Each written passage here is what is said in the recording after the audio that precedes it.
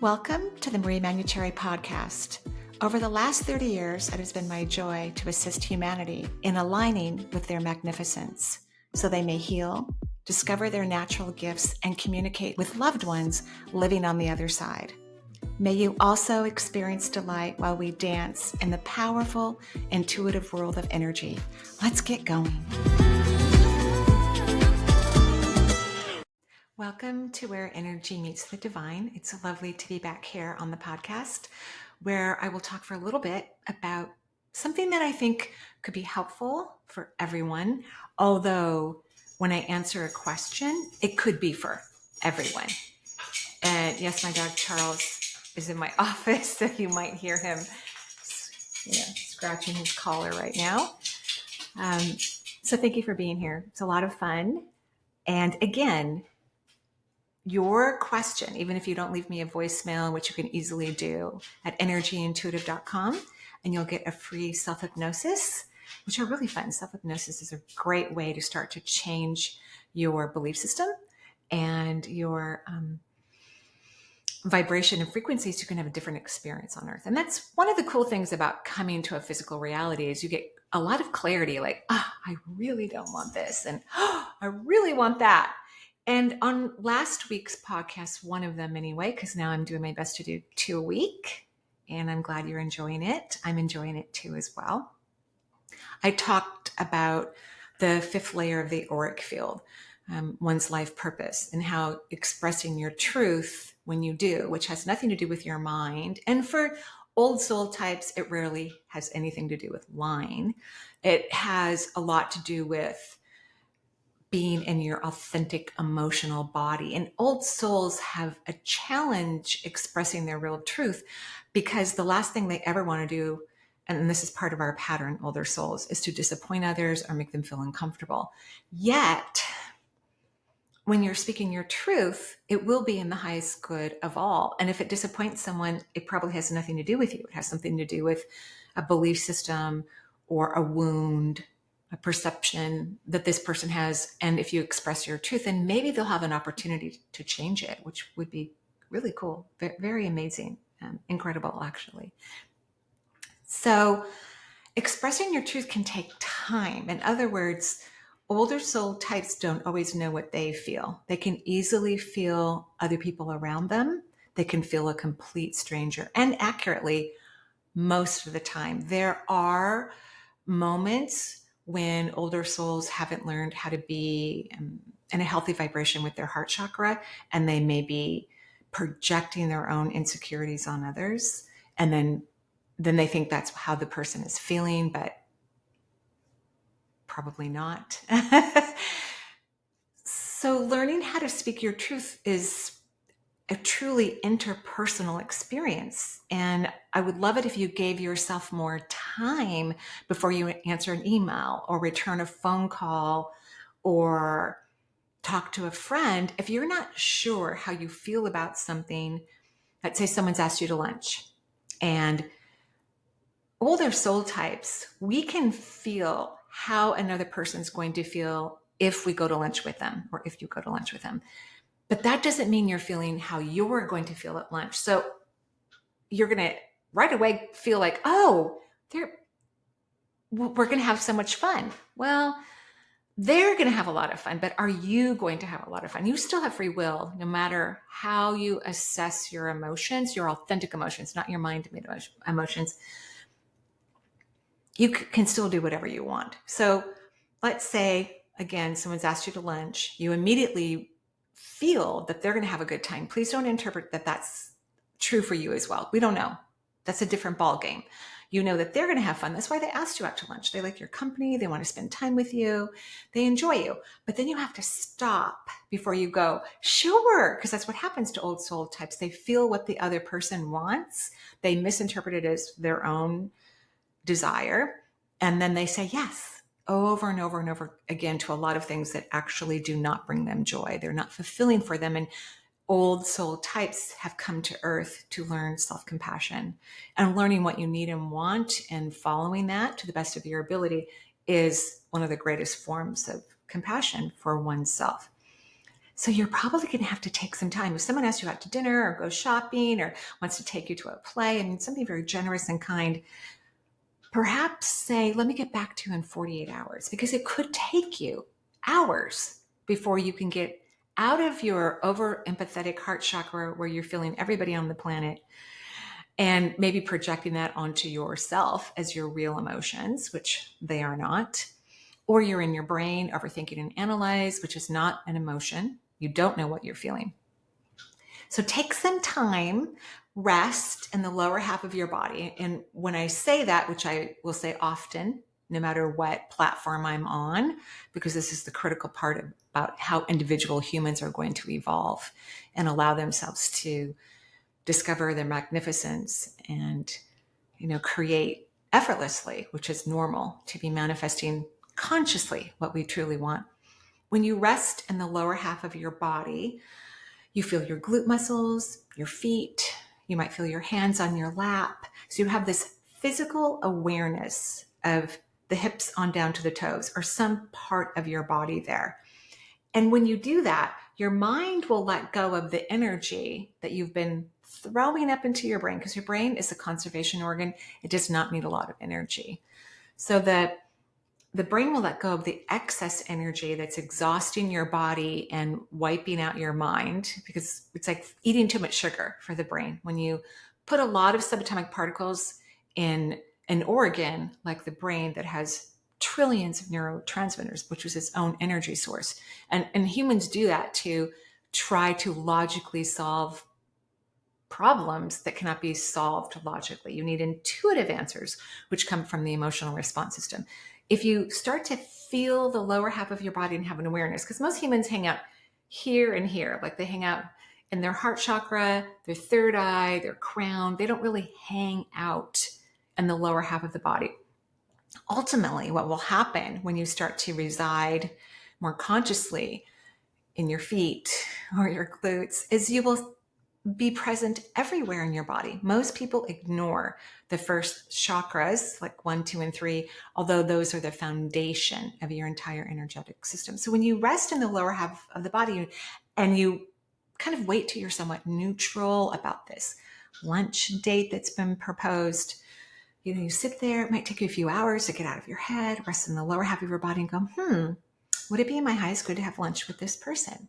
And then you detach, go back to watering plants, reading a book, or whatever you might have been doing, and wait till you get a response, which will always be kind and compassionate. It will never say anything mean about another person or a situation. It will just answer the question that you asked, like, it might be more fun to go to a museum by yourself that day. It'll give some sort of suggestion like that, but however it gives an answer, it will be kind. It will be kind. So that's what's on the docket, because if you start to get in the lower half of your body, you're going to know how you feel. You're going to be able to express it, and you're going to send powerful energy to the fifth layer of your auric field, which is called one's life purpose.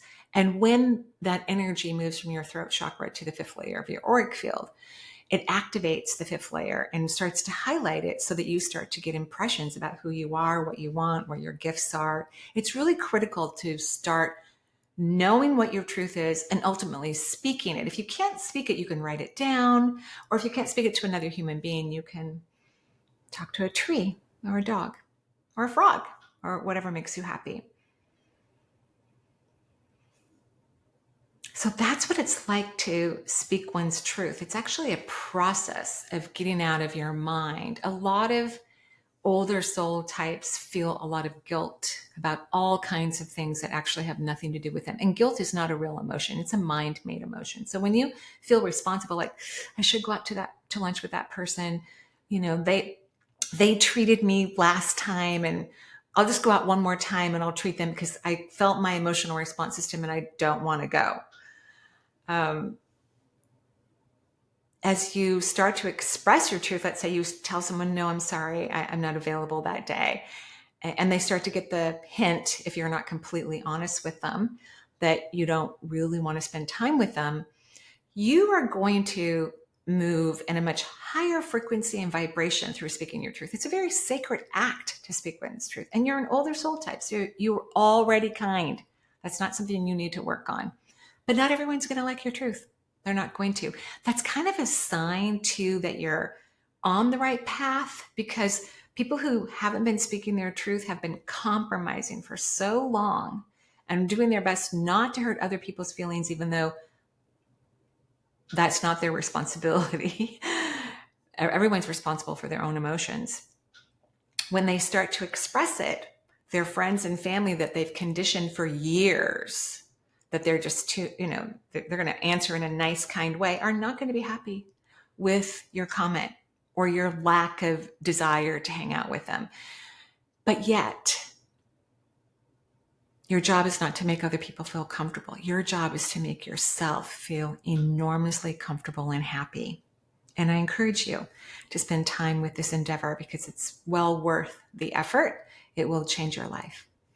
Okay, I'm going to go on to the voicemails and start answering questions for the people who've been so lovely to leave them for me. Today is April 28th, 2024. And just so that you know what date it is, I started teaching my 2 8-week courses, The Soul's Journey and the vibrational class so that you can manifest. Thank you so much for those of you who signed up. I love, love, love the people in the classes. They're very kind. And we will take registration for another week, just in case. Okay, thank you.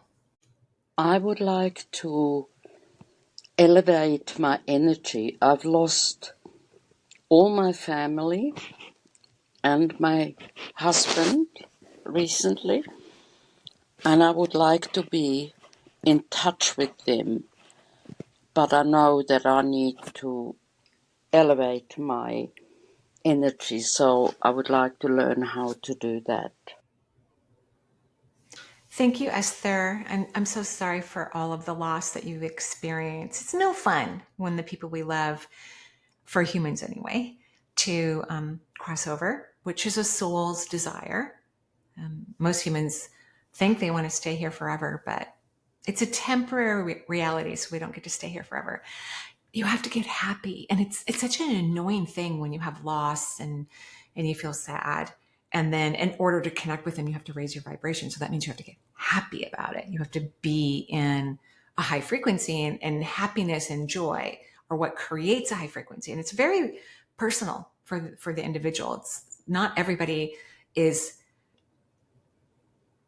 moved into a frequency of happiness by doing the same acts. So you have to kind of study yourself and figure out what makes you happy, whether that's resting on the couch and watching movies or going for a walk, eating certain foods, cooking, doing art. And then you have to kind of repeat these activities to help keep your vibration elevated. That's the critical thing. And once your vibration's elevated, then you're going to be able to hear, see, or feel your loved ones who have already lowered their vibration to the best of their capacity, because they can't lower it too far because they're not in a body anymore. They're in a completely different reality. But we can raise our vibration and they can lower theirs some. And then we meet in the middle, and then we can have a connection, whether it's through an actual auditory experience with them, or you see them, you feel them, you smell them. It's really quite remarkable to have those types of experiences.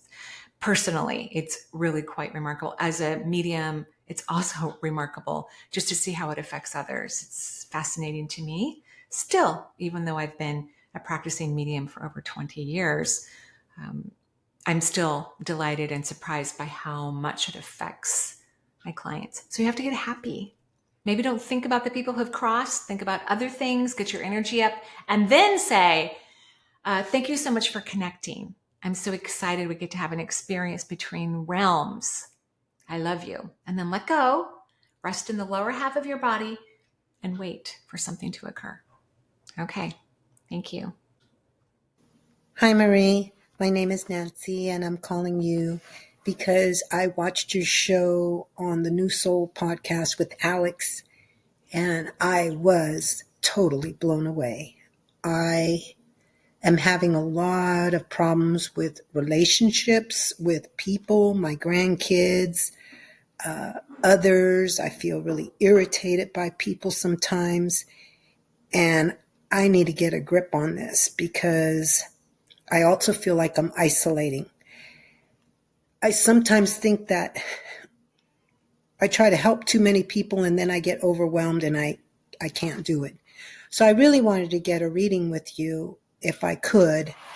But I accept that this is part of the process and maybe you can help me with just me leading this message. Thank you so much. I love the work you're doing. If I'm able to get a consult with you, I would like to do that. Thank you. Thank you, Nancy. As you may know, I'm booked out pretty far in advance for private sessions. My calendar is not open at this time, but you can always leave an email request to go on the cancellation list. I do have requirements like significant loss, like from someone passing over, or health issues. Those are my requirements. But you can write into Caitlin, my assistant, and she will help you with that. Yeah, you're the perfect person for the intro to the podcast today, where you've just overgiven, over nurtured. You don't know what you want. You don't know what you feel everyone else. And then you're trying to take care of them. And that's just not what we're supposed to do. You have to take care of yourself first and foremost, which I know is difficult when people have young children. That's practically impossible. But even moms have to figure out a way to go get a massage, go have lunch with their girlfriends, take a girl trip every once in a while. You still have to kind of figure it out. Or dads, if they're the hands-on parent, then they need to figure that out as well. Whoever is caretaking to people, not just children, have to find ways to self-fulfill and self-nurture. Like, that's really critical. So I think you have to spend time figuring out what you want and who you are and what makes you feel happy. I don't think you know these things. Knowing what other people want and what makes them happy is not the same thing as knowing what you desire. And if you think, and I don't mean to speak for you, but I've just heard this a lot over the years, that people say, well, when my family's happy, I'm happy. And to me, that is just a lie, because no one's ever going to be happy all at the same time. Not everybody's going to be happy at the same time. There's always going to be someone who's disappointed, or, maybe there's moments where everybody's happy. If everyone's on a family vacation to the Bahamas, there might be less annoyance or frustration. But if we're waiting for everybody to be happy in order for us to allow ourselves our own happiness, that's going to be a really long wait. So you're going to have to figure out, spend time with yourself. Stop taking care of everyone. Stop worrying about them. Stop trying to fix them. And then you're going to be able to communicate your own needs.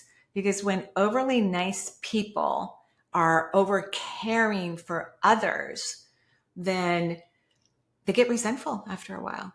And they don't mean to, but they do. I remember this one time everybody was at my house. That means all my kids were in town, all the grandkids were there, and we had made dinner. I don't even know if I cooked. I could have ordered food. I don't recall. It was in the summer sometime. It was lovely to have everyone home.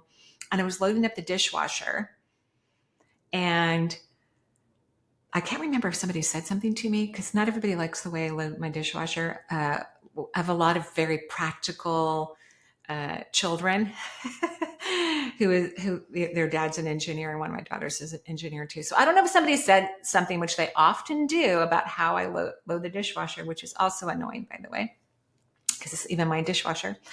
But I got annoyed, and I said something like, I'm going to need more help. I can't do this all by myself, because prior to that point, I only had one grandchild. And so that everyone could come over and I could clean up easily, put things away. But now at that point, I think I had 3 grandchildren, maybe 4, and I just couldn't do anything. I couldn't do it all. I would be just wiped out. But when I finally said it, I was kind of yelling. I wasn't yelling at the top of my voice, but I was yelling because I was in a place of resentment. And my oldest daughter, who's adorable, they all are, she goes, but you said you like taking care of us. And I go, yeah, I did when there was one grandchild, but now this is too much. And that's what happens when we don't know how we really feel and we don't regularly express our truth. And obviously this was a gentler moment. We can all have more difficult ones. But if we get clear about what we want and what will make us happy personally, we can express that more often. And people will then jump through the hoops, which my kids have. They've been great. They take out garbage and clean up things for me and help the grandkids put away all their toys because I have too many toys in my house for my grandkids. So that's what I'm saying for that. You've got some work to do in relationship to yourself first. And then I think that will naturally affect positively the relationships you have with others. Okay. Hi there, Marie. This is Carmel from Canada. Ever since I found you, I have sent you a couple of questions, but this one here is for my sister, who is also my friend. She's 11 years older than me. She is 71, and she just found out that she has polycyst, which is hereditary, on her liver and kidneys. And I guess it's very severe. Her family doctor sent her right up to the surgeon. She bypassed the kidney, liver, and hereditary specialist. And her family doctor did share with her if one of the cysts breaks, then that is the end of her. She's done all her other tests, like her blood tests and her poop test, and they all came back perfectly fine. She said her family doctor is amazed how well she is, and she does. You wouldn't even know that she's ill. She's very good. So I'm wondering if you can share with me anything that you see around her. How is she doing? How is she really doing? And yeah, I love her very much, and it's just love from one sister to another. Thank you. Thank you, Carmel, if I said your name correctly. And I'm so sorry about your sister. And how scary. If one of these cysts break, that's the end. Hopefully she's got a second opinion, maybe even contact someone in the Mayo Clinic. But I do have an idea, but she will need to ask her physicians. I've talked before about I think it's a prophylactic digestive enzyme called serrapeptase. It breaks up proteins in the body. But again, she'll need to ask her physicians because maybe this would be counterindicated for that many cysts. I have no idea. Serrapeptase, because doctors will be familiar with it, they do make a non-natural version of serrapeptase in pharmacology. So modern medicine doctors do prescribe serrapeptase. I believe they use 240,000 units for a couple months. In the holistic realm, it's 120,000 units indefinitely. The other thing that is a counterindicator are blood thinners like Coumadin or other forms of blood thinners, because apparently the serrapeptase could slightly thin someone's blood. But that, I think, would be a great option if the physicians agree. And whenever I give any recommendation on here, even a vibration plate recommendation, people should ask their doctors or their therapists, their holistic practitioners, because your healthcare workers know you and your history. I don't, right? I don't know people's history. So the liver is about repressed anger, and the kidneys, because I think that's what you was the second organ area, are about repressed fear. Your sister has not done a lot of inner work. I would highly recommend that she find a really great therapist who's aware of energy and super kind. And I would get some therapy done. Your sister doesn't look like to me that she's going to leave anytime soon. She's happy. She enjoys her life. We don't know exactly, how long a person would survive with some of the health conditions they have. In other words, if we didn't have all the beautiful tests that we have now, MRIs and CT scans and PET scans and all of that, bone scans, if we didn't have those, I think a lot of people would be oblivious to the health issues that are inside of them, especially when they're not causing problems. But something brought her to the doctor that made them investigate. Maybe her liver enzymes were in a unique place. So some therapy, have her ask her doctors about serrapeptase. And if it's appropriate with her physicians, because I don't think they've given any movement restrictions, but if she could lay down on the floor and throw a couple of temper tantrums a week, that would be amazing to help release some of the anger from her liver. I hope that's helpful. And you're very lucky that your DNA is a real sibling for you. I mean, that's a beautiful thing. Thank you so much. Dear Marie, my name is Rachel. I live in Vancouver, Canada, and I have been on a long healing journey since I was in my 20s. I am now 55. I was diagnosed with fibromyalgia after my nose surgery at 23 and severe endometriosis when I was in my 30s. I feel, a lot of inner work during all this time, many discoveries, and I have improved tremendously, but I still want to continue healing certain areas that are bothering me. I had tried almost everything, physio, chiro, naturopaths, etc. to heal. Then at 51, I met a chiro who I didn't know was also an energy healer and intuitive. And he made me aware that I was still in fight or flight from my childhood trauma and said my pain would not go away until I dealt with that. He told me to start meditating to be able to start to calm my mind so I could begin to heal the cause.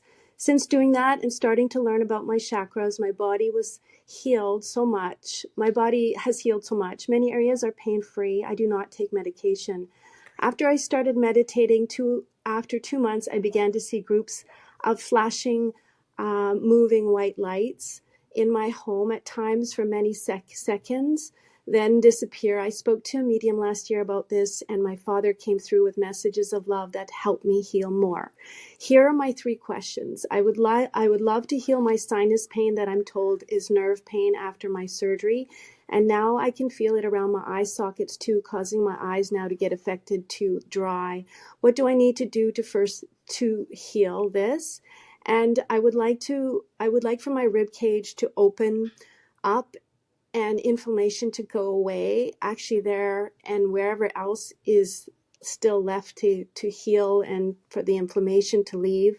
My acupuncturist said I have fasciitis, so she treats it with needles. 3 are the groups of lights. I see my spirit guides. Do they want to speak to me? What do they want to tell me? Thank you so much. Okay, Rachel, and congratulations on all the healing that you've done. That's exciting. Our spirit guides talk to us all the time. They're always communicating in some fashion. Just most people don't have their energy elevated high enough. They're not happy enough. They're not in enough joy to be able to hear, see, or feel the communication from the spirit guides. So you have to get happier. Those lights, I think, are departed loved ones. I think you have the ability of mediumship, and beings on the other side know which humans have developed it already, or were born that way with it fully developed. Again, you'll have to get out of your head and rest in the lower half of your body. I've already said this today, but serapeptase, it breaks up fibers and proteins. It can be very helpful with scar tissue and all of the things that you've suffered with. And it's really good for sinuses, actually. It's also good for cardiac tissue. It's really quite a remarkable drug. But again, please ask a medical professional, please. Just because everyone has unique circumstances in their body, and not even herbs are not always the best for us because they can be strong. And then the other thing is you got to learn to let go. You think about your health 24/7. Knock it off. Stop thinking about it. Stop trying to fix everything. You've got to learn to let go. That is probably one of the greatest maneuvers a human being could ever do, is to learn to surrender and get out of the way. It's really quite a profound experience. Okay, thank you. Bye-bye. Hi, Marie. My name's Ellen. I'm from Melbourne, Australia. I'm a nurse as well, and I feel really lucky to have found you. I've been doing a lot of emotional clearing over the last 10 years, and I've had an energy therapist helping me with this. Now, there's a big energy in my left leg, and the muscle contracts, and it's a fear energy. And I know it's deep-rooted, and I know I have my suspicions that it is from the feminine ancestral line within my mother's side. They're all intuitive women, and I feel like I'm clearing some trauma, and I just really need some help. If you could help me understand what this stuck energy is about and how I can release it, forever grateful, so that I can move forward with my career as a healer as well. Good. Great, Ellen. I'm so happy for you about your healing career. I think it's sciatica, honestly, but you are right about the left-hand side. It's feminine, but no one's responsible to heal their ancestors' stuff. Every soul is responsible for their own personal healing. So there isn't really ancestral things we have to heal. There might be something connected to ourselves that we have in common with our ancestors, but we only need to focus on our own healing. I think it's sciatica, and I think it actually comes from your lower back, personally. So I think it's nerve pain. And your lower back's from doing too much for others. You've been in a healing career for a long time. So could you practice the word no? Like no, no, no, no, no, no, no, no, no, no, when you're driving in the car or taking a shower. I just want you to get as comfortable with no as you are with yes, because then I think you'll stop aggravating the nerve from your lower back, because your lower back doesn't have a lot of energy moving in. It's not like I see a big leak. I just see a big opening and nothing's moving inward. So it's weak, and it's really the lower back that affects the sciatic nerve. And it can feel very much like muscles, but it could also affect your muscles because it's a nerve and it's being active. So that's what I think. All right. Thank you so much. Hi, Marie. My name's Michelle, and I'm from Atlanta, Georgia. About 15 months ago, my daughter was killed in an accident by a man who was more than 3 times over the legal limit. She was a vibrant, brilliant, charismatic 30-year-old who was just coming into her own in the best of ways. Since her transition, I find myself reliving all of the ways I wish I had been a better parent, slowed down to hear her the way I should have instead of allowing the busyness of life to distract me. It is a really tough road as a parent. I have been on a spiritual journey myself, pretty intuitive and sensitive, but these thoughts seem to get in the way of the higher vibration and higher frequency that it seems is so necessary to establish a consistent connection with my daughter. What I would love most in the world is to have a connection with her outside of knowing that the cardinal I see or the numbers I see or the song that she sends Right. is her. I do believe that. But what I would love most in the world is to establish a more consistent connection with her. Any guidance you could give would be greatly appreciated. Thank you. Thank you, Michelle, for calling. And I'm so sorry about the loss of your daughter. I'm so happy you got to have 30 years with her. How incredible is that? Yeah, I mean, you're going to have to get happier, right? So that means don't think about her. Don't think about her as you're raising your vibration. And then once your vibration's elevated, then you can think about her and say, thank you so much. And you're saying this to the divine, to her, the universe, for this incredible connection that we have. You will have these experiences, but these mind-made thoughts of guilt that you weren't a good mother or whatever, however you're translating it, they're not real. Those are not real emotions. That's your mind. And of course, you've had a tremendous shock and a terrible grief experience, by losing your daughter. Although, as you know, I know you know this, that everyone's choosing to leave their body when they leave. Souls are so incredibly brilliant, so smart, so aware. Their decision to come into Earth is a conscious decision that they make. What century, what parental unit they choose, their gender or lack of gender identification. Like they're choosing all of that is happening, very early in their life. And so of course they're choosing their exit. Of course they are. Some people don't want to live a long time on Earth. Some people have had maybe a few lifetimes where they aged and they didn't like the process. A lot of people not a lot, but let's just say a fair amount of people want to die quickly. Some people like to die slowly and have their family see that there was nothing else that could be done so that they don't stay in grief for a long period of time and can relax about it. So your daughter chose her own exit for really good reasons for her soul. And when souls make these decisions, they're not really always thinking about others. Not that they don't love us and wish us well, but they can't help this call. They're being called back to their original home, and they can't help it. It's like the phone keeps ringing and then they pick it up and, poof, they're gone.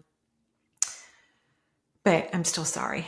We probably need to have a lot of teaching and classes about what's really going on prior to our exits here on Earth, and talk about the true, beautiful, scenario that's occurring beyond the human perception and reality.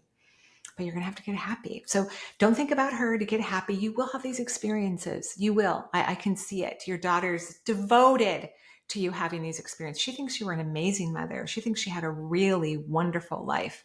She has absolutely no regrets, even when and how she left her body. She said it was kind of cool because she could see people working on her and trying to save her life. She could see that. She thought it was fascinating, just fascinating. Keep me posted. Alrighty. Thank you. Hello, Marie. This is Alina. I'm recording from Kent, Washington, so close to Seattle. I really like your podcast, so thank you so much for all your messages, and I sometimes hear something that resonates with me as well.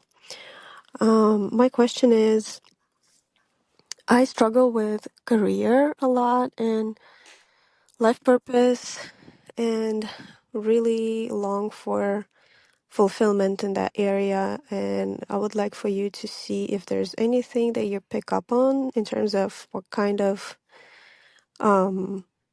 opportunity should I seek for.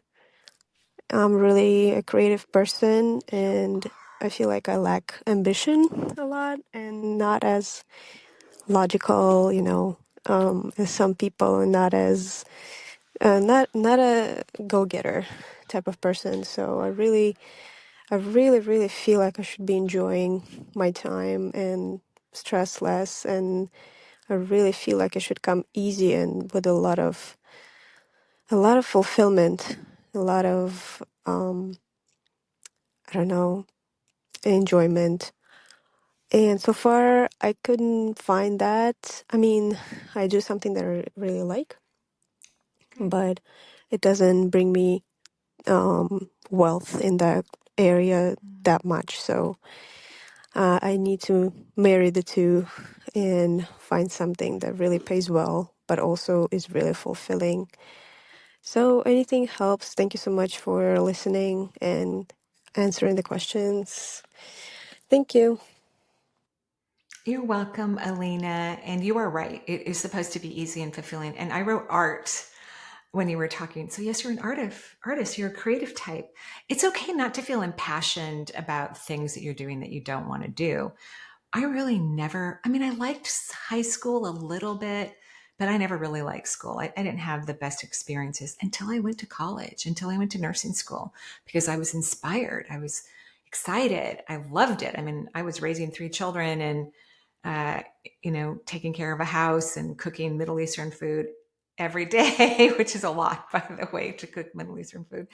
And yet I would stay up all night long studying for exams and to get ready for my practical experiences in the hospital while I was in nursing school. So you're right. You're supposed to be inspired. You do need to work on raising your energy. You do keep it kind of low. So maybe not think about what you think other people are thinking about you, because honestly, the only people who can really feel others are empaths, because they've learned compassion and they only think nice things about others. And then younger souls don't really feel other people because they're learning compassion. They don't really feel others. So they don't think about them at all. Even if they're staring at you, they don't think anything about you. So if you could just eradicate that piece. And wealth and career are 2 separate energies. It doesn't mean that you can't create wealth through your career, but you first have to work on your relationship with wealth, which I have talked about endlessly on this podcast and throughout my career. You have to identify what makes you really, really, really happy. And as I was speaking about this with you, all of a sudden I was energetically, I was in a museum in Italy, in Florence, beautiful high ceilings and, gorgeous light coming through the windows and incredible art, more traditional art, but just really quite beautiful. So if you could think about sacred places like that, because art to you is so sacred, while you're engaging with wealth, that means before you touch your wallet, before you bring cash out of it, before you use a card of any kind, before you put your password into the computer to do online banking, before you go to the mailbox to get financial mail, before you open it, before you write a check or whatever it is that you do, you need to think of something that's going to be art related for you. That's what I'm hearing, with light shining through windows. You need to have your energy in a very high elevated place. And then it won't matter what you do. You will always have enough money, or you will create wealth through the work that you do, or both. It really doesn't matter what people do, but they need to change their relationship with wealth in order to manifest that and create it. I hope that's helpful. Thank you. Hi, Marie. I am Mercedes from Barcelona, Spain. I met you through Alex Ferrari, and it has been a blessing. I am going through a difficult time in my life where I live on autopilot. I work too much, and I keep facing people who lower my self-esteem at work, and I cannot connect with pleasure, emotions, my husband, and life itself. Can you help me to understand what generates all this? I am having a hard time getting out of the hole I have dug myself into. Thank you very much. Hello, and thank you for asking your question. I love Mercedes. I love Barcelona. It's beautiful, beautiful part of Spain. This is really your energy. So you have a lack of self-worth, and that's why you've allowed yourself to be surrounded by people who are unkind to you. When a person changes their self-worth, that means you have to fall in love with yourself. You have to have an emotional experience with yourself that is self-loving. When a person does that, it doesn't matter where they are, what they do, they will naturally attract people who adore them and cherish them and think they're amazing. That's what they will do. Sometimes I've noticed when I've been out and about, say that I'm at a coffee shop and I'm around a group of people, and maybe there's 5 of us together, just talking for a few moments, greeting each other. And one person looks the other way and kind of turns away from me. And I know it's not because of my lack of self-worth, not anymore anyway. I know it's because they actually are uncomfortable with my light, because it's really bright. I have a lot of bright light energy inside of me. So we want that. We want the people who are uncomfortable with you, with your light, to be the ones who kind of turn away temporarily. It doesn't mean they don't like you. It's completely unconscious. But you will not change any of these relationships. Even if you go out in the world to make different relationships, like you change your career or your job and you go to a different workforce, until you change the vibration inside of yourself, you will need to fall in love, madly in love with you, which could be a great what if question. What if I'm madly in love with me? But there are many ways, and I've talked about it a lot on these podcasts. So hopefully you remember them and you're going to put them into action, because that's the only thing that's going to change these outcomes. Okay, thank you. Hi, Marie. This is Valerie from Pennsylvania. I'm hoping that you might be able to offer me some guidance. I've been struggling with an odd health issue for the last year and a half that I believe is stress or energy related. After a particularly hot and physically active summer weekend of bicycling and kayaking, I developed a yeast infection in both of my armpits. It morphed into something different that the dermatologist simply identified as dermatitis because he really didn't know what it was.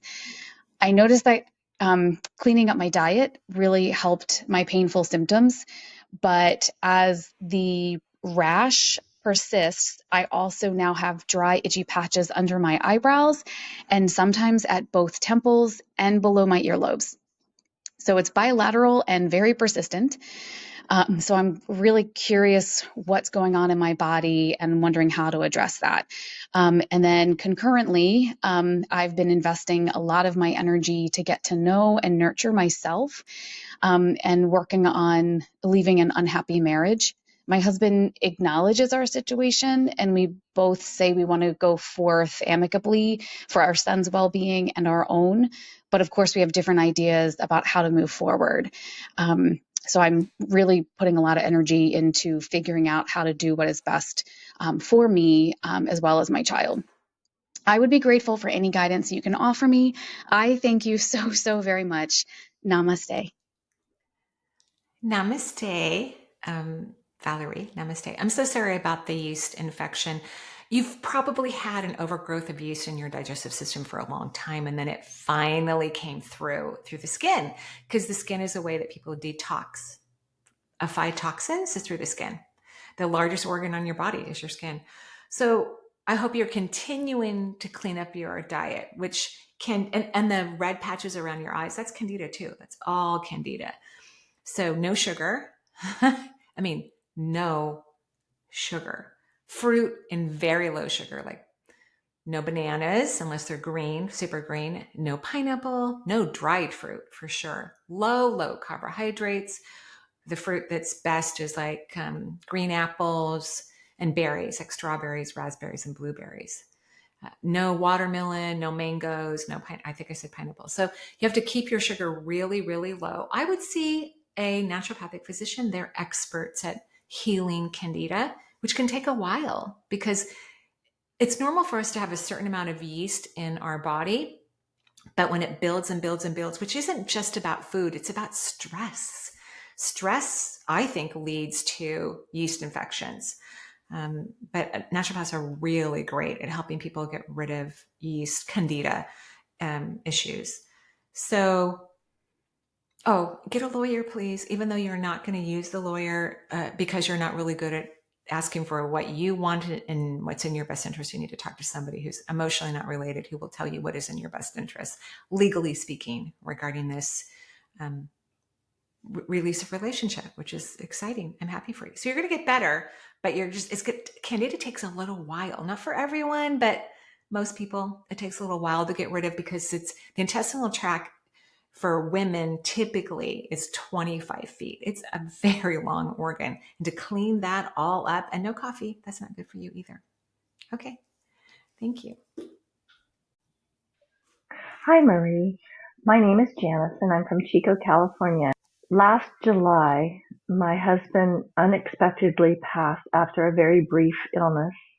And 6 days later, my beautiful 3.5-year-old grandson drowned in a swimming pool. Interestingly enough, their birthdays were also 6 days apart. They would have, this last November, both had birthdays. So I'm wanting to know if you can give me some insight into their relationship. And I would love reassurance that both of them are okay. And if there's a message from either one, especially from my husband, it would be wonderful to have that. I recently had an amazing lucid dream experience where we had a visitation with each other, and it felt extraordinary. But there are a lot of unanswered questions that I have had about his unwillingness to be emotionally open and with me, and it definitely caused a lot of lack of emotional and physical intimacy over the last years of our relationship. So also, this is a whole new chapter in my life, and so I'm an artist. I also do some healing massage work, and any inspiration that is either my guides or my past loved ones are trying to give me, I would love some direction about purpose going forward. Thank you. You're very welcome. And I'm so sorry, I'm Janice, about the loss of your spouse and your grandchild. I'm so sorry. Sometimes before a child passes away, or in this case, a grandchild, an adult in the family that the child knows will cross over will cross over first. Like, so when kids come here and then they leave young, they don't have a lot of people that they know that are on the other side. You know, their grandparents are still living, or their parents are still living, their siblings are still alive.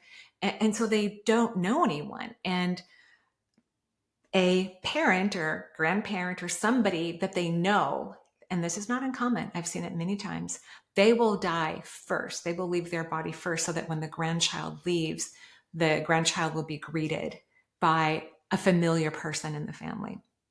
So this is very common. They are together. They're hanging out just like they're best buds. It's adorable. And I'm so sorry for both of these tragic loss and so close together. I'm sure that was very difficult.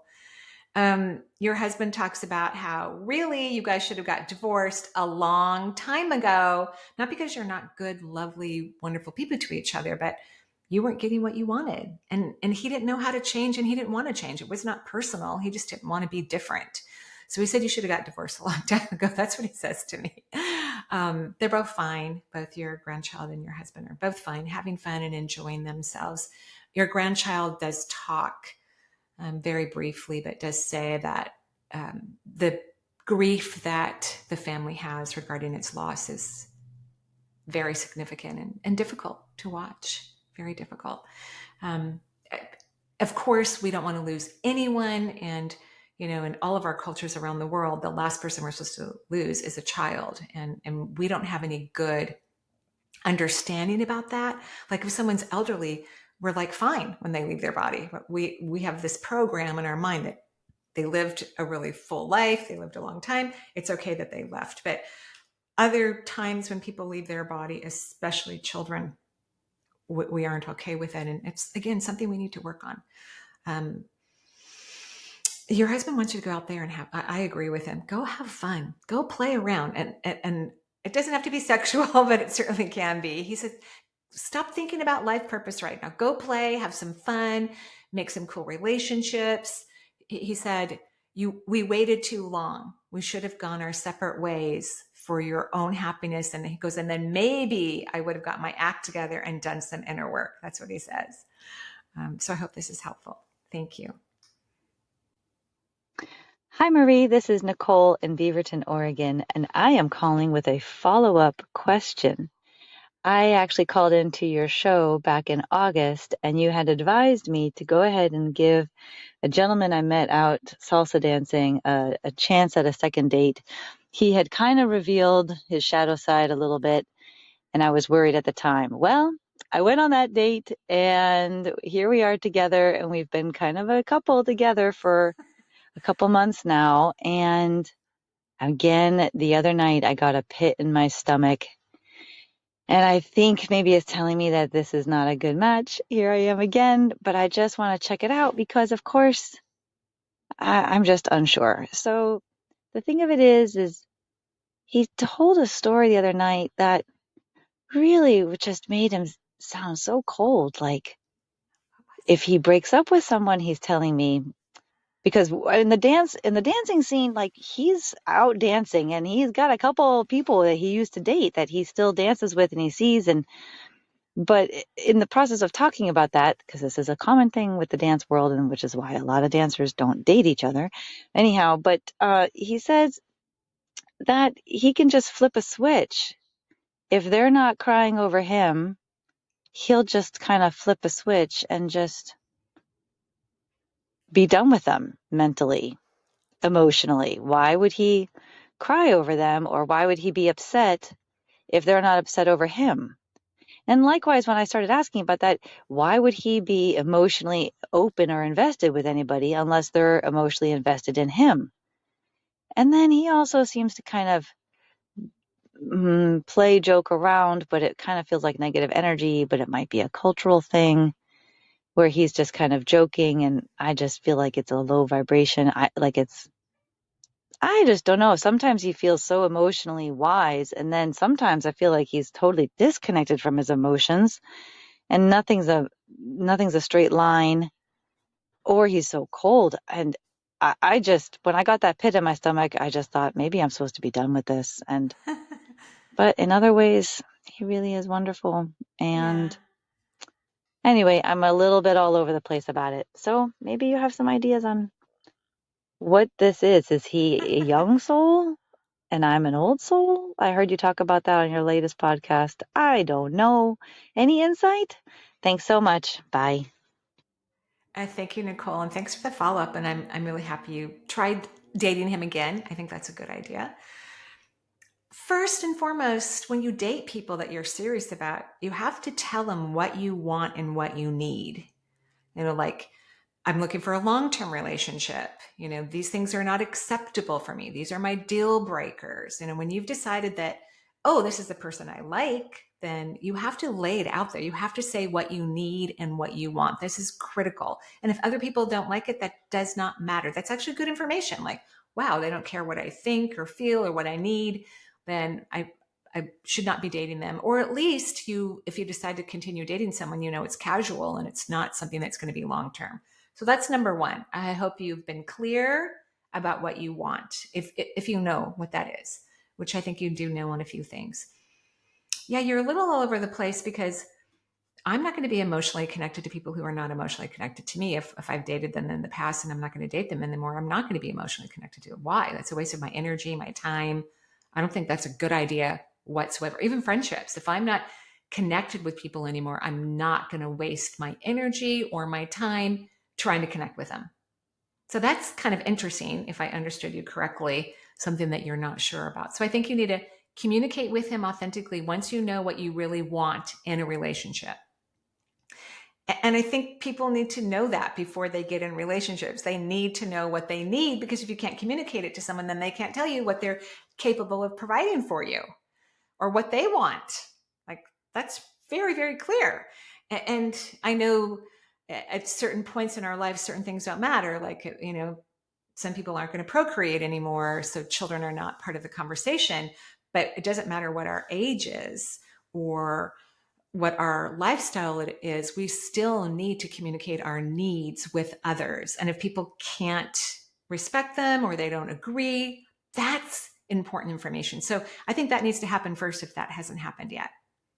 Okay, I hope that's helpful. Great, thank you. Okay, one more, everyone, and then I'm going to go do other things. Hello, Marie. My name is Anne. I live in Southern California. First of all, I want to express my great appreciation for the good work you're doing. Very much enjoy it and appreciate it. Simply put, I'm a medical herbalist, clinical herbalist, and I've been working in this field for many, many years. I love my work, very much called to it and enjoy it. And I know that I do use my intuition in my work, have always. But I would like to know if you have any insight or recommendations on how I can even lean more into my intuition regarding my help and helping people and working with people. Of course, I use my experience and practice and my education in my work, but Right. I would like to be more able to use my intuition in speaking with people and helping them along their pathway to better health. Thank you so much. I appreciate everything you do. Thanks for your help. Bye. Thank you, Anne. I think you said Anne, or is it Annie? I'm not sure, but thank you. And thank you for the work that you do. I can tell it brings you joy. You love it. It's interesting. You love the plants. It's Okay. fun for you. I can tell that you enjoy it a lot. Kind of the same thing I tell everyone else. You've got to get out of your beautiful brain. You have all the clairs. You're clairsentient, you're clairaudient, and you're clairvoyant.